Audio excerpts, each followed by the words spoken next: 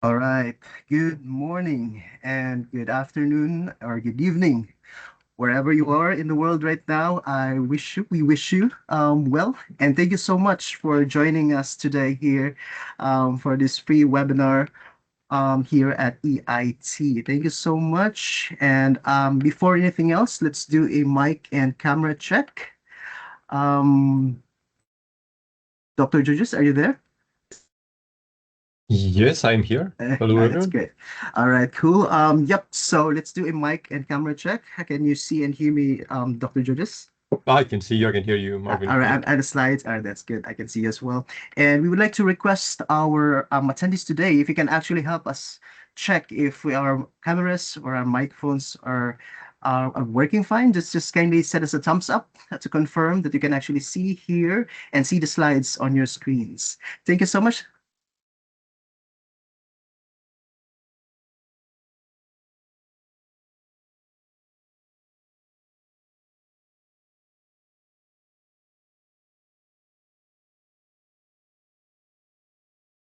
Thank you. I can see a lot of thumb ups. Thank you so much. Thank you. All right. How about the others? We have almost 50 attendees here. Hopefully you can see and hear us from your end. Can you share your thumbs up there if you can see, hear, and view the slides on your screens? Good morning from South Africa. Good morning. Okay. Loud and clear. Amazing. Thank you so much for the feedback. All right, cool. All right. From Qatar. Oh, hi, GM. Good morning. Okay. Loud and clear from Uganda. Oh, Uganda. Thank you so much. Okay, I can see lots of thumbs up. So I guess our microphones and cameras are working well. So now let me just let's do a little housekeeping here. So we would like to request everyone to please disable your notifications because we want everyone to have a laser focused attention to this webinar. So the instructions are actually on your screen. And also there will be a short Q&A after the presentation. So Dr. Georges and I will be answering all those inquiries. So you can kindly post your questions in the Q&A section on top of your screens. Okay, so for common questions, FAQs, so for those who have registered, we will be um, sending or you will receive a copy of the recordings, video recordings, as well as the PDF slides to your registered email within the next 2 business days. So just kindly monitor your junk mails. And of course, for those who have stayed until the end of our presentation, we will provide a free digital certificate of attendance, and then a QR code or a link to a short survey will be provided at the end of the session, which you need to complete so that you'll be able to receive the certificate of attendance. Okay, so once completed, we will send your certificate within the next 4 business days. Okay, so for those who have just attended, first timers here at EIT who have attended the free webinars, just a background about ECT, Engineering College of Technology, and of course, Engineering Institute of Technology. So a little background, both specializes in engineering courses. Okay, our programs are industry focused and expert lead programs, and these are being built by global experts, ensuring practical and job ready skills. And of course, our courses for both institutions are globally recognized. So for ECT or Engineering College of Technology offers UK recognized qualifications. For EIT, we provide Australian accredited qualifications, and some of our programs, many of our programs actually, are recognized under Global Engineering Accords, namely Dublin, Sydney, and Washington. Okay, so these programs are being delivered through a unique delivery methodology, which makes use of an innovative, engaging, and practical online learning approach. And of course, personalized student support. So we have a small classes and dedicated support to help students succeed, a global learning community, and of course, an accessible and high quality education as we promise to our students. Okay, so just a disclaimer. The courses and qualifications mentioned in this presentation are offered by separate legal entities operating in different jurisdictions. So one for in Australia and one in United Kingdom. So each entity is subject to its own local regulatory requirements and accreditation standards. So if you are someone who are actually looking for an Australian qualification, you can reach us to our website as seen on your screen. And for those who are interested for UK qualifications, you can also check their website. Okay, thank you so much. And now, without further ado, today's topic would be connecting power electronics to weak grids. This will be presented to us by Dr. Georgios Konstantinou. My apologies, doctor, if I if I mispronounce or something, but correct me if I'm, it's Dr. Georgios Konstantinou, right? He is actually our yeah, it's actually he is actually our associate professor. He's actually associate professor at the School of Electrical Engineering and Telecommunications. All right. So just a little background. As mentioned, he is an associate professor at School of Electrical Engineering and Communications in UNSW Sydney. Specializes in power electronics and their integrations into modern power systems. His research focuses on multi-level converters, HVDC, MVDC systems, renewable energy integration, real-time digital simulations, and digital twins in power engineering. So he currently leads a real-time digital simulation laboratory and he is an ERC Future Fellow. So now, without further ado, let me give the floor to our presenter, Dr. Georgios Konstantinou. Doctor, you can share your slides now. Right. Make sure that we can see my slides. Yeah, I can see it from my end. All good from my end as well. All right, lovely. Well, thank you. It's great to be here. Very happy for having this invitation extended to us at here, the Real-Time Simulations Lab at UNSW Sydney. It's the University of New South Wales. And well, a good opportunity for us to present the work that me and my group, because this is a group effort on connecting and solutions for power electronics in weak grids. So a quick introduction. I think I can skip the first slide because you have already introduced myself and my work. But if you want to add something, yes. If you would like to add something, yeah, no problem. That's perfectly fine. But as I mentioned, the work we're presenting here is a group effort of me and my team. And that is a team of postdocs, PhD students, master students, and some undergraduate projects we are also running. So we are a relatively small research group, but quite active in the area of power electronics and their interfaces to the power system. So a quick introduction to my team and also our laboratory. We are the real-time simulations laboratory at UNSW Sydney, and that is effectively a dual laboratory. We are doing a lot of work that relates to modeling of power electronics and power systems, and of course the connection of the two. But we also have a dedicated power electronics laboratory where we do quite a bit of work on hands-on work on power electronics. That includes hardware configurations, control, and also the experimental validation that goes together with it. So the presentation is called Solutions for Power Electronics in Weak Grids. And I guess the first thing to talk about is weak grids themselves and try to set a bit the premise from an Australian point of view. But hopefully a lot of the things I will mention will translate to some of the experiences in different countries around the world. So the motivation for looking towards weak grids. You will hear me in the presentation talk a bit more, quite a bit about power electronics defined power systems. And just a quick introduction, background on what we mean when we talk about power electronics defined power systems and how this actually translates into weaker grids. So the motivation here starts from a power system that sees higher and higher proportions of renewable energy in the generation mix. But also this expands not only from the generation point of view, but also the way that the system gets built. So higher proportion of power electronics in generation, transmission, distribution, and all the way to loads and the utilization of power. So we see more and more power electronics being connected into the power system. This figure tried to explain this visually. So we have our generation with moving away from the traditional synchronous generation to include now a lot more of solar systems, a lot more of wind systems at large scale connected to the transmission network.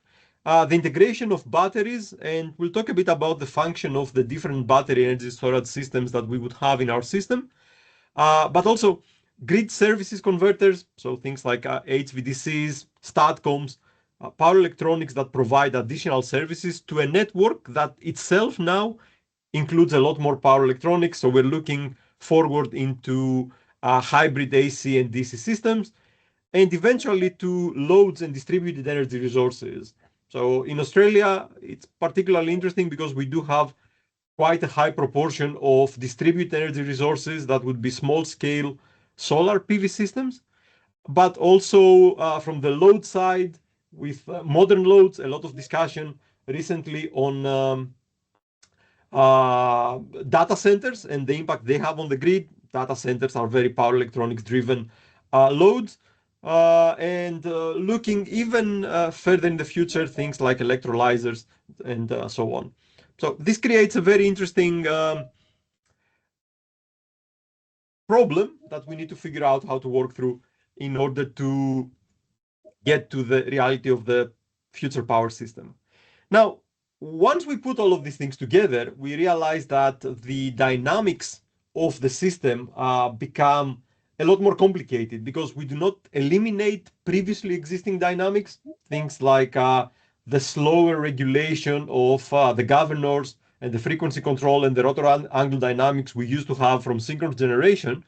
But on top of that, we add what we see here as subsynchronous resonances that can still happen between synchronous generators, but now happening between synchronous generators and power electronic systems. And also this new area here where inverter-based controls add an additional layer of dynamics. These are much faster dynamics, and this create a whole new layer of problems we need to work through, because the faster things become, the more complex they are for us to analyze, and the more computational resources we need in order to be able to model things appropriately, to understand things appropriately, and also integrate them into a larger system that allows us to study what happens in the bigger network. So a lot of things happening at the same time, adding extra complexity to the network and the way we analyze our system. And this is not a future-looking problem. This is a problem we are experiencing around the world in different cases. So some examples of low-frequency broadband oscillations that we have seen around the world. You can see them happening at low frequencies. The example that we usually have here in Australia looks into the wider area of the state of Victoria, where we have had since 2019, continuing all the way to 2023-24, until this issue was finally resolved, these low frequency oscillations around 7 to 17 hertz, sometimes up to 20 hertz, and this could continue for a few hours at the worst cases, happening mostly because of low system strength.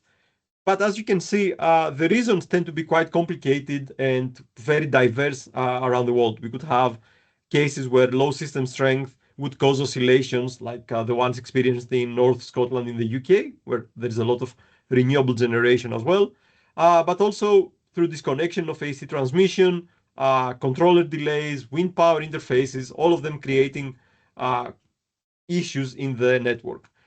From large signal instabilities, here in Australia, we used to talk about the 2016 blackout.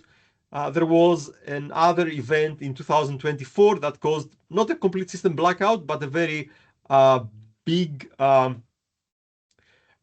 transient and the large signal instability, which led to this 49.35 frequency observed in the Victoria network again. But of course, everything has been overshadowed by the large-scale blackout that Spain and Portugal, the Iberian Peninsula, experienced earlier this year, which has actually given a new motivation for further investigation of all the interactions that we'll be looking today. And there are reports that try to explain this under investigation. We haven't updated that yet, but the way that voltage control, reactive power, and settings of synchronous generators and renewable energy systems have interacted hint on the complexities of the things that we need to be addressing in the future. Now, why this becomes important? It becomes important because for many years we had a very specific system we're working with. It was mostly synchronous generators, and that created three concerns about stability: the blue side of this figure, voltage, frequency, rotor angle. Very well understood dynamics, very well understood problems, but also solutions you could take in order to address these problems. A lot of modeling done in networks around the world in order to minimize or avoid as much as possible these issues of instabilities. Again, we would have them around the world, but phenomena that were relatively well understood. Now, with the inclusion of all the renewables and generally power electronics in the network, we start now seeing two new areas of stability that we need to be a lot more concerned and we need to have better understanding. This includes the resonance stability of the network and the converter-driven stability within converters themselves, and also interactions between converters and the rest of the network. So what we see here is this coupling that we have between converter controllers with the electromechanical dynamics of the machines, but also with the electromagnetic transients of the network. So different time domains, but interactions at a much broader frequency range. And this means that the instabilities we experience in the system is also seeing this wider frequency range. Could be as low as fractions of a hertz, and could be as high as higher than the fundamental frequency, well into the few hundreds of hertz in terms of these oscillations and interactions in the system. Now, from an analysis point of view, traditionally system strength has been quantified through fault current level calculations. So it was a relatively straightforward procedure of looking at your network, trying to understand the states of the network, heavy loading conditions, low loading conditions, how much synchronous generation you would have available at a particular point in time, the interconnections, the lines that you have available, and then calculating the fault levels at the different buses. Now, with the transition to more and more inverter-based resources, this no longer tells the whole story about how strong the system is. So we're looking into trying to understand whether we need to redefine system strength, whether we need to understand system strength from a different point of view, and what metrics we might want to use in order to identify a strong grid or a weak grid. At this stage, there's quite a bit of work being done. Definitions are still a bit fluid, not fully set, but the main the power systems operators around the world seem to have at the moment a focus towards this stability of the voltage waveform as a general description. And then we need to kind of see what that means in the bigger picture.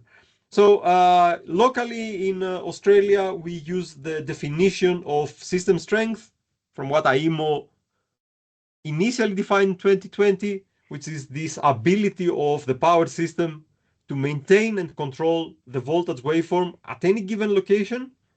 Now, with the explanations that this needs to happen both under steady state operation and also following disturbances. So where the fault current level might give you some indications of what to expect, but the reality is that we need to understand what could impact the voltage waveform at a particular location, and how well can we regulate under steady state and also during transients this voltage waveform. So all the events that we mentioned earlier and the impact that they have in the operation of the system kind of makes us rethink how good these formulations are and these explanations for system strength are in telling us what happens in a system with a lot of power electronics. Now, some examples of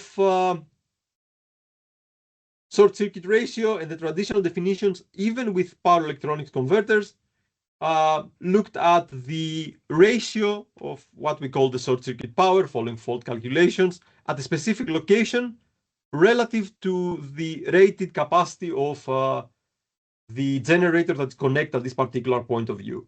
So this was a relatively straightforward definition because when we had even a single plant connect to the grid, we could very easily look at the aggregate Thevenin equivalent. So you can see we translate this whole power system into an equivalent network here, high voltage, medium voltage, transmission lines, system impedance up to the point of connection, and typically a small impedance from this point of connection back to the equivalent network would generally guide us towards a strong grid, and a relatively large impedance would give us, of course, less control of the voltage waveform, a lot more local impact in the voltage waveform at the points of connection of any new generator, and that would hint towards a weaker grid. But the more and more renewables we connect, the more and more inverter-based resources we connect into the system, these definitions become not very useful in telling the whole story.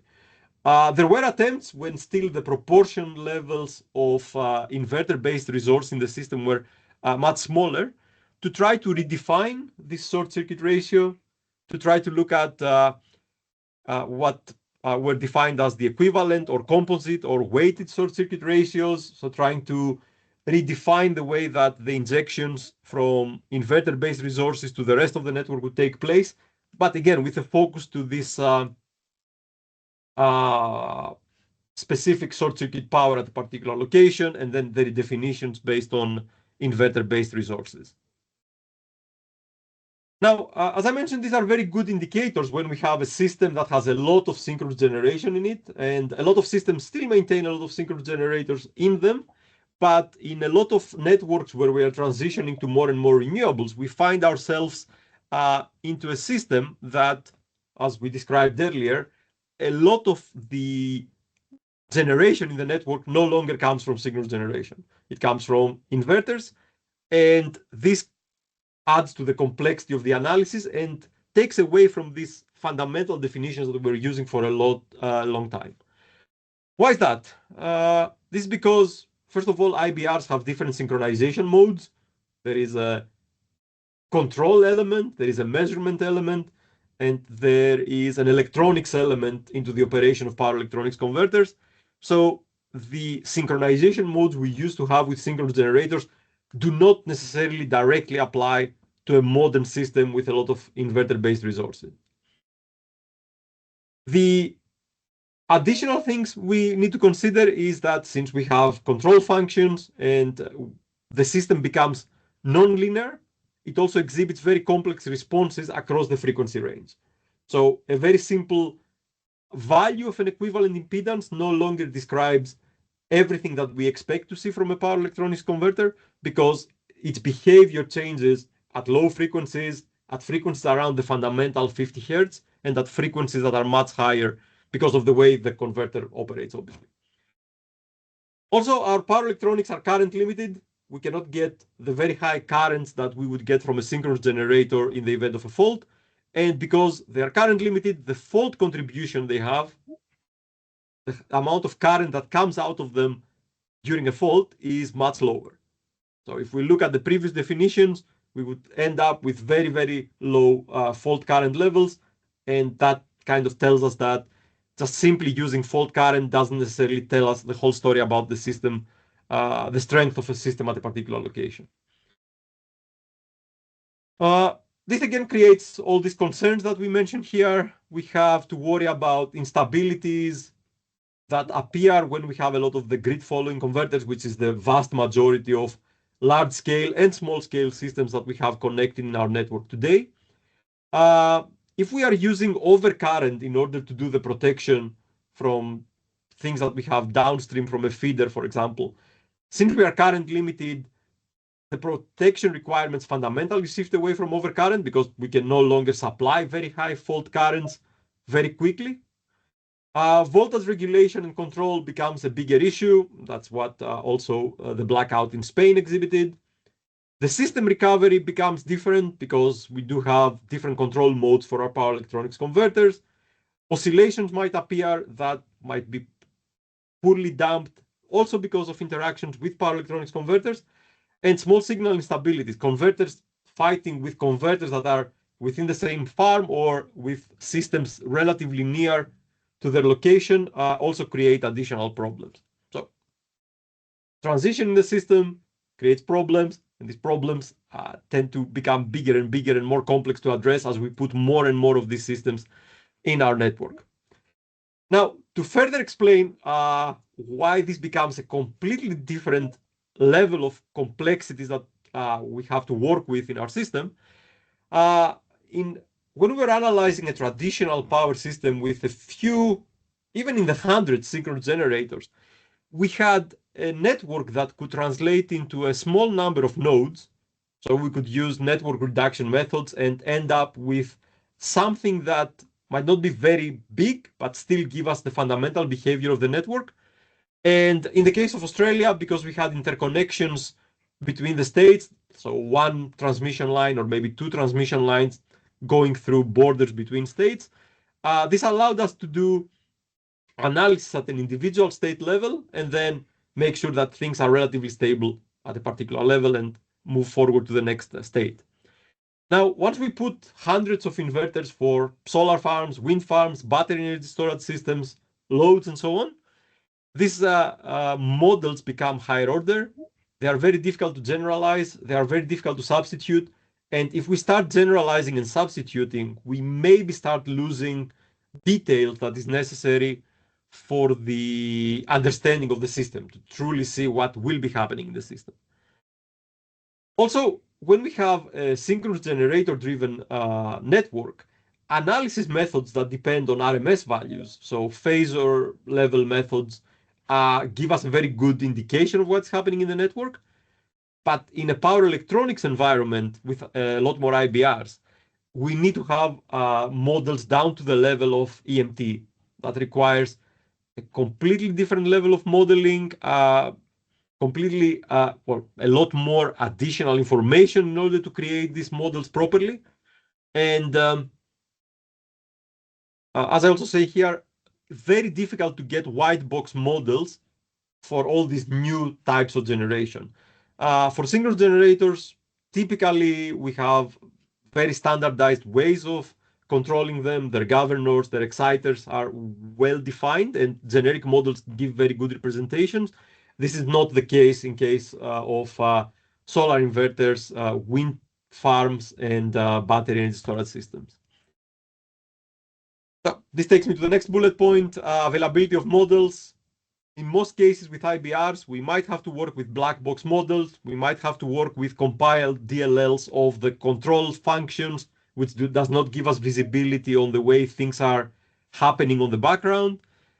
Maybe some stuff can happen with hardware in the loop integration and what we call here gray boxes. But again, this is a much more complex system, and we no longer have full visibility into the details of the components that we are modeling in a much more complex network, as we saw earlier. We have not reached the level of standardization that we have with synchronous generators, different control choices, different hardware, different power plant controllers and their implementations. All of them compound to make everything more and more complex. Then when we look at the implementations, we have multiple options for multiple different elements of the control of the inverters. So some manufacturers might choose power limiters, some might use current limiters. How are these implemented? Not particularly clear and not very visible yet to everyone analyzing the network. We also will have some sort of synchronization challenges that might appear, which we need to understand better. And finally, when we look into IBRs, some hardware in the loop solutions are available, but to do that at large scale with the hundreds of renewable energy plants at detail becomes very complicated. So in summary, what we get out of this slide would be that things have gotten more complex, more in terms of units that we need to analyze, and more in the level of order that we need to have in our models and our systems in order to be able to understand these power systems that are including more and more inverter-based resources. So a substantially more complex problem that requires also new rethinking how we approach this. So if we look at, again, the dynamics and the different transients that we need to work with in a synchronous generator defined power system, our traditional power system, the time separation that we have allows us to split the time analysis that we do and focus on an individual level of interest. In the case of a power electronics defined network, this is no longer possible. We have overlapping timescales, dynamics that interact with each other, and this makes, again, the simplifications a lot more complex and a lot more difficult to achieve. Then we need to consider the different problems we have in terms of stability. We have large signal issues, we have small signal issues, and in the current approaches, because these were not particularly tied in the case of the previous power system, we're using different system strength metrics in order to identify large signal strength and small signal strength. So in the end, the question is, if we have a network that is driven by power electronics, that is defined by power electronics, that's defined by solar, wind, batteries, and loads and networks that have a lot more power electronics in them, how can we combine the two? And how can we get appropriate metrics that tell us information that relates also to the operation of power electronics converters? This is an ongoing problem. I'm not going to say I have very, very good answers. We have some proposals from different research institutes and universities around the world. Some of them are being implemented by market and power system operators, but the way that this is done is still at the very early stages across the power system. In the end, though, we need to understand that we cannot really separate the different elements. We cannot separate inertia, system strength, and the system impedance, looking back at that equivalent network. And all of them need to be considered simultaneously in order to make sure that we have a safe and secure operation of the network. So we need to make sure that whatever we use to define a strong grid or a weak grid captures fault level, captures inertia, and captures elements of the impedance at a particular point in the network and whatever connects to that point of the network, in order to make sure that we avoid or have a stable system following faults, following frequency events, and also avoiding these oscillations and interactions between different elements of the system. So again, we don't expect these things to go away. We expect these things to get worse and worse because we do have a lot of synchronous generation that is expected to leave the network. In Australia, there is a plan for retiring synchronous generators and coal-fired power stations over the next, I want to say 7-8 years. Now, how much of this will actually take place, still a question, especially because of system security aspects. But the reality is that we will have a lot of these coal-fired power stations retiring in the near to medium future, and we need to prepare ourselves for this kind of issues. So we end up with a network that is effectively now defined from power electronics converters, which means that a lot of the functions that we used to get from synchronous generators needs to come some way, one way or another, from inverter-based resources. So we need to be able to form the grid, which creates all this discussion about grid forming converters that I will spend the rest of this presentation talking about. And as I mentioned here, how do we get this responsible grid forming design for our inverters in order to be able to address all these issues that we have been introducing for the first part of the presentation.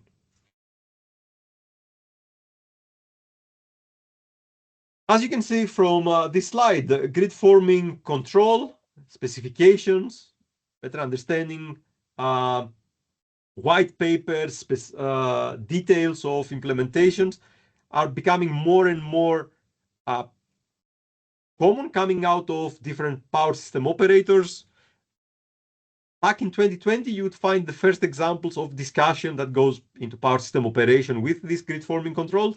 But as we go towards 2021, 22, 23, 24, and now 2025, there is a lot more work coming out from different power system operators trying to understand power systems with power electronics in them, but also try to define the requirements and define the expectations we have from a system with more and more inverter-based resources. So if we try to understand grid forming control, we need to see how we try to give a general definition of this grid forming control. And in our case, working with the initial definition from the US, from NERC, we're looking at, I'm mentioning that because a very similar definition is also adopted here in Australia from AIMO, is a control that allows us to maintain, right here, an internal voltage phasor, so linking that to the voltage waveform stability we saw earlier for a strong or weak grid, that is constant or nearly constant in the subtransient or transient time frame. Now, once we see this, we need to try to understand what each of these words mean. So when we look at the voltage phasor, we have three effectively elements that we need to consider. The first one is the amplitude of the voltage, that E in the E sine omega t plus phi, a very typical voltage phasor, which corresponds to how does our power electronic converter behave under voltage sags and swells? What happens when the voltage goes down? What happens when the voltage goes up at the point where it connects to? The next thing we care about is the frequency.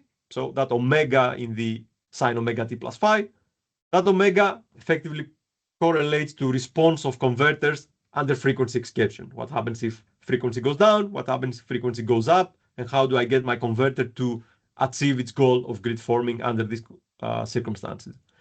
Finally, and the one that seems to be the most interesting point for analyzing in the recent years, this phi. How do we maintain this constant phasor, and what do we do for the phasor generated by a power electronics converter when we have a change in the angle?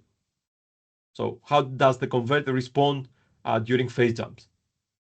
So we see that all the events that we expect to have in the network effectively translate into one of these three cases or combinations of these three cases for our converters.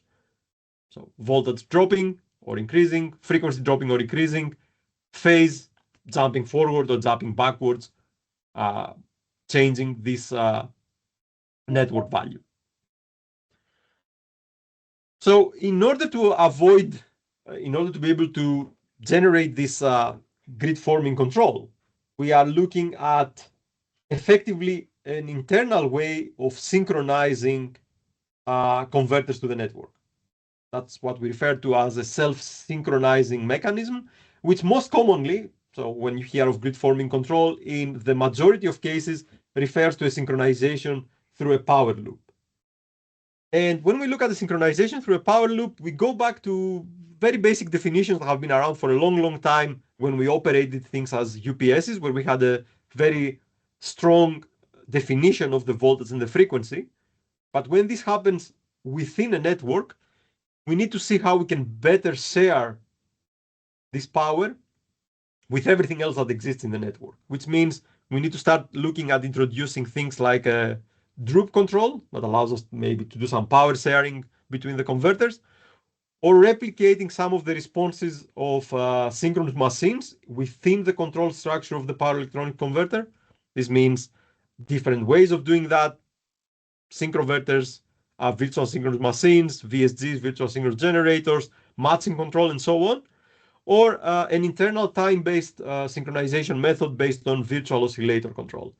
So all of them effectively end up to the same common point, generating an internal reference for the phasor, this voltage reference here, and this internal angle in the grid forming converter that allows you to effectively regulate what happens as you connect this inverter to the rest of the network. So if we look at what we have in order to achieve this self-synchronization control, we go from what was a synchronous generator to power electronics converters. So we have a fundamental shift in the structure because we are going from what is a passive element that is physics-based, the electromagnetic principles of a synchronous generator, to what is a control-based system defined by power semiconductors. So we are the ones who switch the converter, and we have switching elements inside the converter in order to regulate this current. This allows us for very high controllability, very high response times. So we do have a very good armory of tools in order to respond to what's happening in the network. But at the same time, we tend to be limited to the amount of power that we have available. And as I mentioned earlier, we are limited to how much current we can get out of these systems, because high current through power electronic converters, usually after a few seconds, means smoke coming out of these converters. So a couple of ways of thinking how we put together the system. One way would be our synchronous generator being that big lorry driving down the highway, doing a lot of carrying, but also very slow to respond, versus a fast car. So we can regulate very quickly, get it to respond very quickly, but also not to the capacity in terms of movement that we can get out of a compared to a truck. Or another way, a cooking analogy to think about it, synchronous generator gives us a pot that cooks slowly. A grid forming converter gives us a microwave, very easy to control, very quick to respond. But again, getting the two to get us a delicious dinner, which is what we want to get in terms of a stable system, becomes a different discussion. As I mentioned earlier, this is not a straightforward discussion only about inverters, because we need to consider what sits behind the inverters. And the reality is that if everything was batteries, things might be a bit simpler because they are a lot more better defined in terms of energy that they have sitting on the DC side compared to everything else.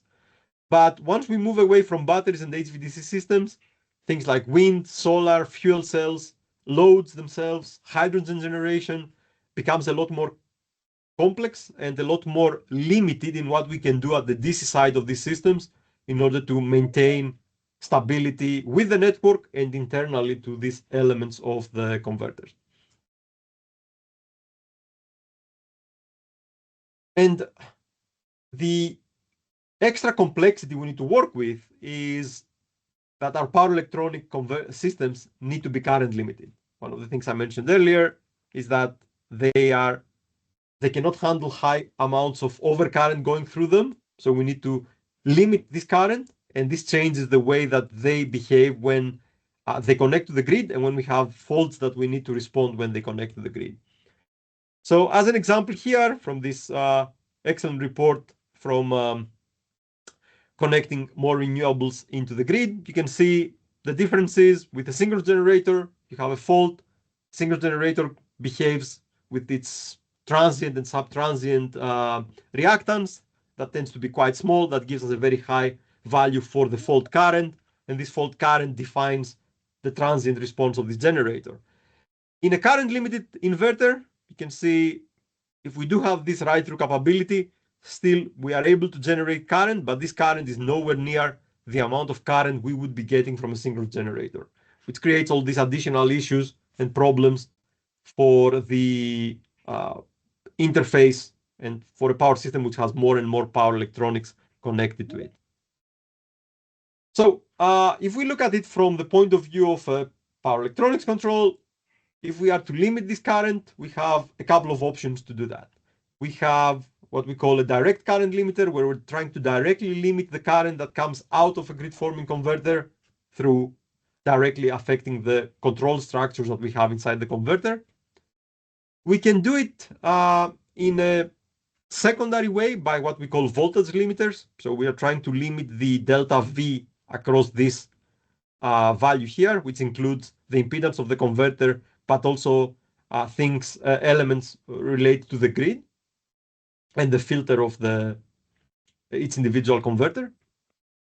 or with a direct action on the overall impedance that the converter thinks it's seeing, what we call a virtual impedance, a modification of this value here at the output of the grid forming converter.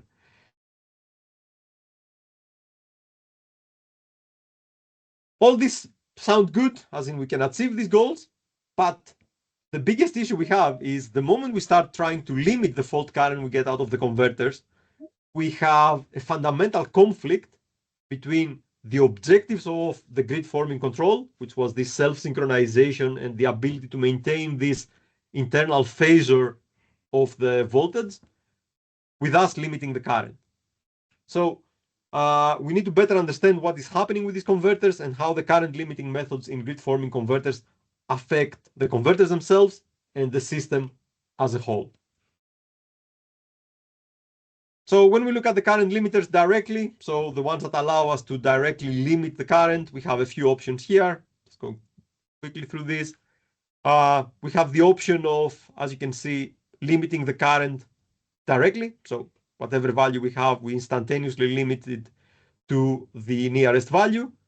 We can have a variation that allows us to proportionally limit it to P and Q values. So we can get on the D axis and Q axis, which allows us to control active and reactive power differently than the instantaneous current limiter. And we have the option I mentioned earlier of the virtual impedance that adds this delta VQ here, that allows us to act on the voltage controller and limit the amount of current that we get out of the converter. The reality is that when this happens, we do have a direct impact on the synchronization structure and the synchronization behavior of a grid forming converter. And that is because what was an ideal P delta curve, which you should be familiar from a synchronous generator behavior, changes substantially. So the current limited grid forming converter behaves as this red line, and this red line also depends on the voltage that it sees at its terminals because of the faults that exist in the network. And this, as you can imagine, complicates the analysis that we have and the level of complexities that we need to address in this system. So this goes back to some of the research that we are doing ourselves with our research group here, that allows us to look at different options on how we can control and how we can regulate this self-synchronization aspect of grid forming converters. Some ideas that we have put forward here, I'm trying to summarize them quickly. One of them looks at moving the synchronization loop from the outer part here, directly acting on the voltage and the angle, inside the current control structure and after the current limiter. So in what we call the current synchronization loop, it avoids some of the synchronization challenges that we have when we are limited to what we can do from the outer loop because of this current limiter that exists in the grid forming converter. Another way to think about it here, in my screen. My apologies. Yeah, I think my apologies. Would you be able to share your slide again, sir? I'm so sorry. Yeah, it's all right. Can you see them now? I cannot see it from my end. Oh yeah, there you go. There you go. Thank you. Okay. So get this guy back.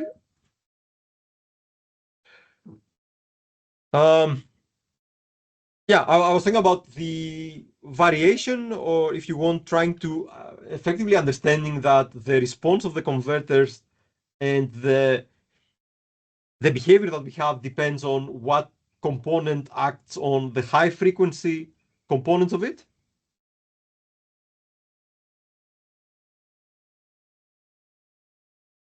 Is that back on? Yes.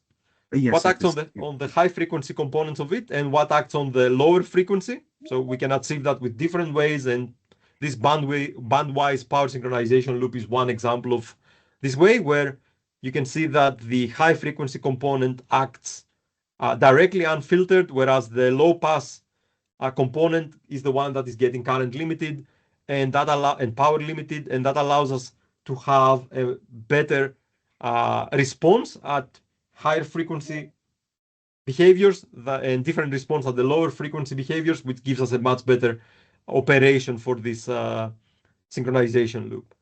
And finally, a third way of thinking about it would be adding frequency aspects into this power synchronization loop.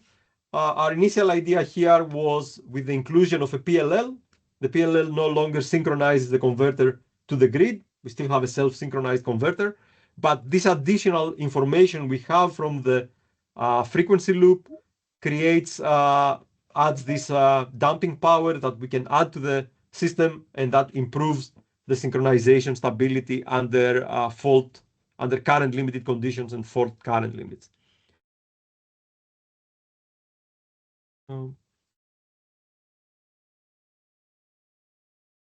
And with all these different approaches, I think I'll close this presentation briefly with some of the practical examples of where we try to implement some of these things, not with the fully research level applications, but at the very basic grid forming operation of the system. The example I'm going to use is a project we've been involved with in Broken Hill. For those of you who are not familiar with Australian geography, I will skip to the next slide.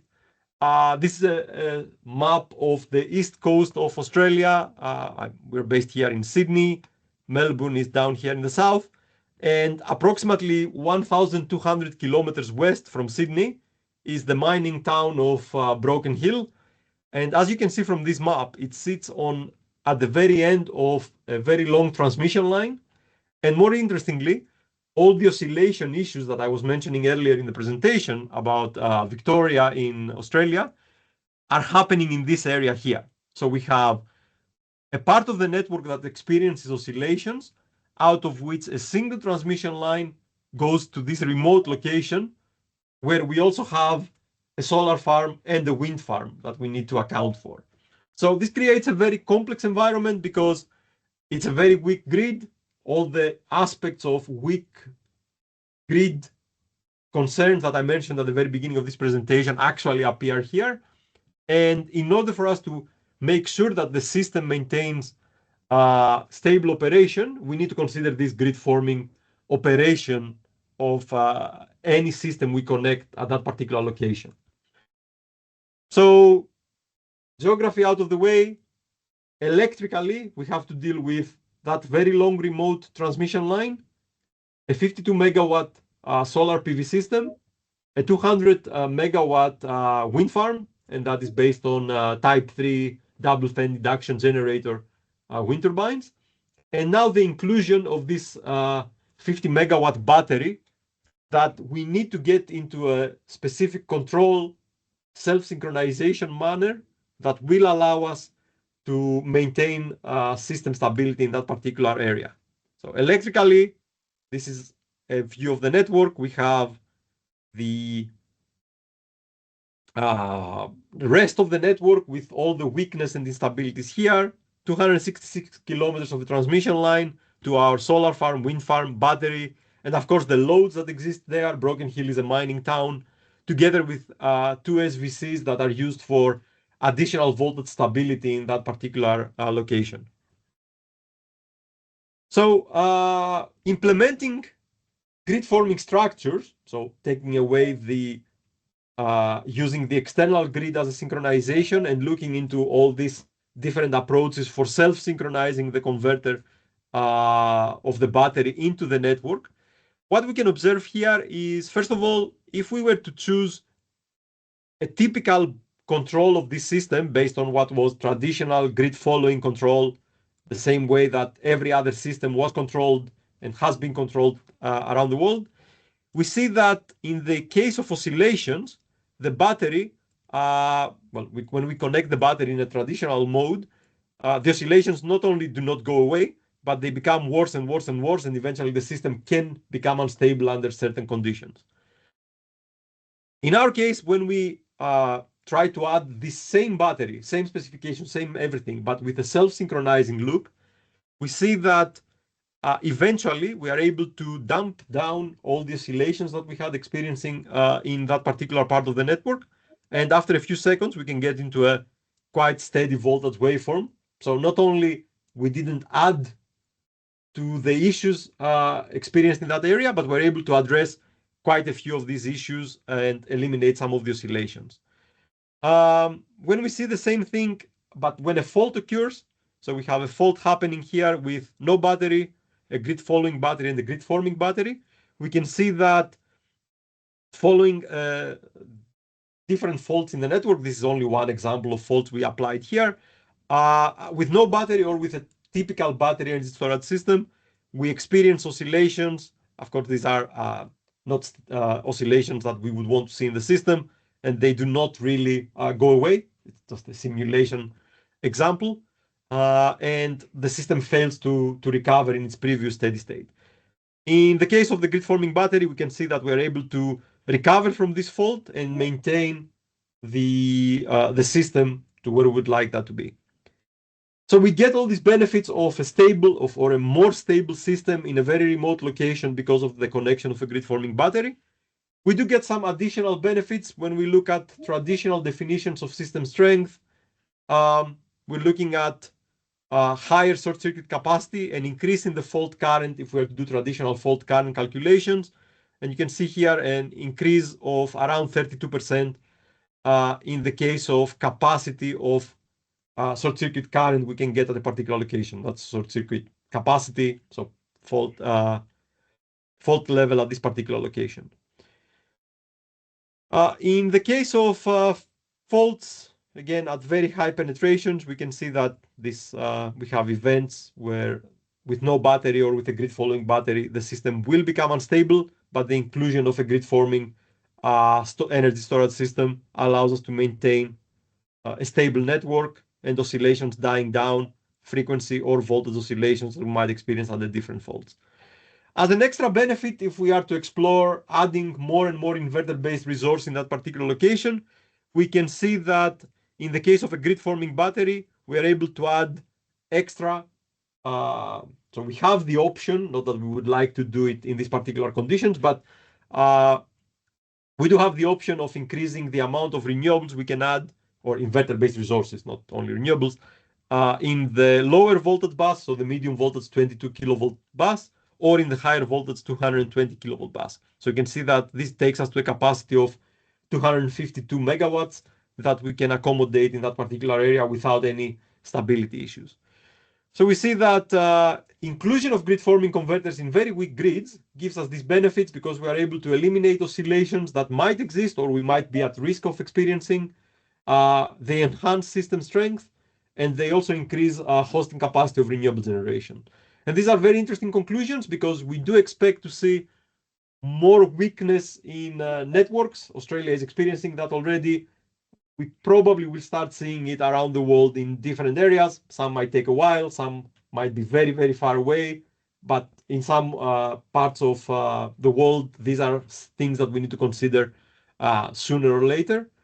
And of course, when we consider sizing of system and the way that we implement these controllers, we need to do these studies in order to determine what level of support we get out of grid forming converters for these challenging conditions. If anyone is interested in this work, we have published quite a bit in this particular area, from grid forming control to stability analysis to operation mitigation of oscillations with grid forming converters. So I have included the slide with some of our research papers for those of you that want to read a bit more. And this brings me to the end of my presentation. So, Arvin, if you have any questions, I think that would be a good time to Yeah, address them. thank you. Otherwise, Exactly. Thank you thank so you for much, Dr. taking. Georgios. Yep. So while we are actually waiting for those questions, let me just share my screen. Just a sec.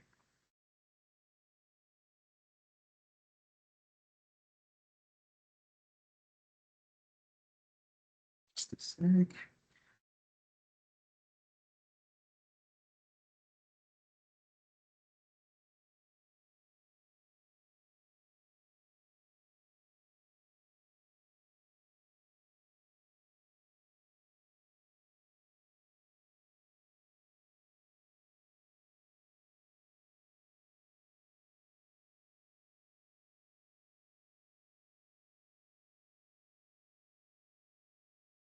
All right. Thank you so much again, Dr. Georgios. So, yep, for those who are interested, in knowing what courses are covering this topic. So basically, as you can see on your screens, we have the professional certificate courses. We have professional certificate courses in circuit breakers, switchgears, and power transformers. We also have the professional certificate of competency in power distribution. We also offer the professional certificate course in electrical power system protection, the undergraduate certificate course in electrical and electronics engineering. We also have the graduate certificate course in mechatronics, and of course, the graduate certificate course in power system analysis and design.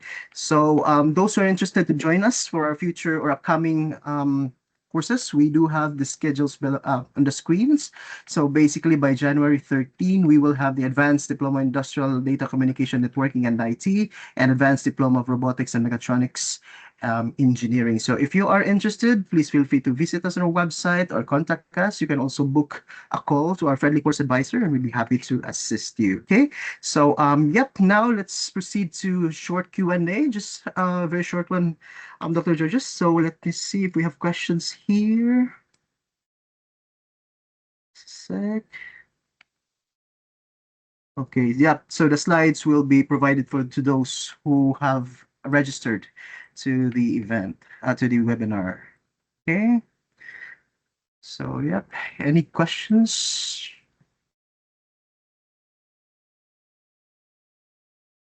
All right. I guess yep. Let me see if there are any questions. Thank you so much, Giuseppe. We have Cedric. Cedric, can you please chat type in your, yeah. Are any of these courses online? So yes, basically there are these are online courses. So we have question from Antonio here. Dr. Georges, how would you balance voltages from a PV installation to MV substation? This is actually from Antonio, one of our attendees.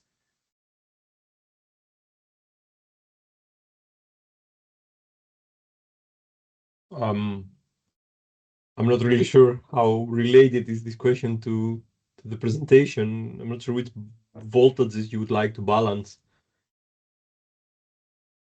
Okay. So if you have unbalanced voltages, Mm-hmm.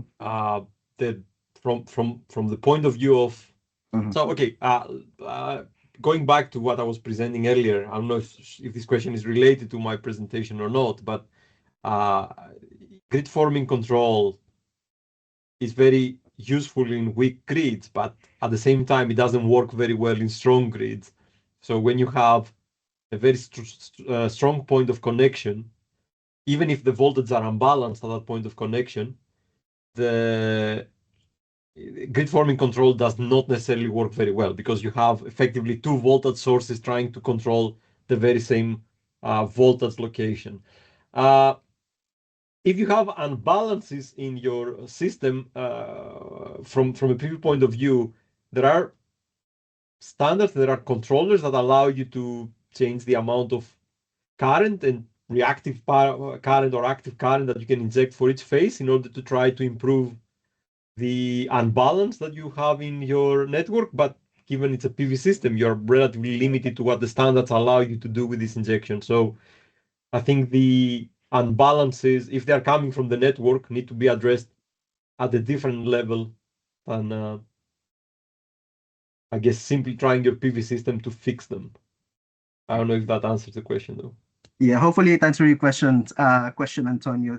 So yeah, due to we only have limited time here. Thank you so much, Dr. Georgios, for sharing this very insightful topic today. And we would like to thank everyone as well who have attended and spared their time joining us today. So for those who are asking, here's actually the link, and of course the QR code that you can scan so that you'll be able to get your certificate of attendance. Okay, so basically you need to fill out a form, and then after that we will send you your certificate of attendance for today's webinar. Again, thank you so much, everyone. Thank you. thank you, Dr. Georgios, for for being here today and for sharing us this information, this topic. Thank you so much, and hope to see you, everyone, in our future webinars. Thank you.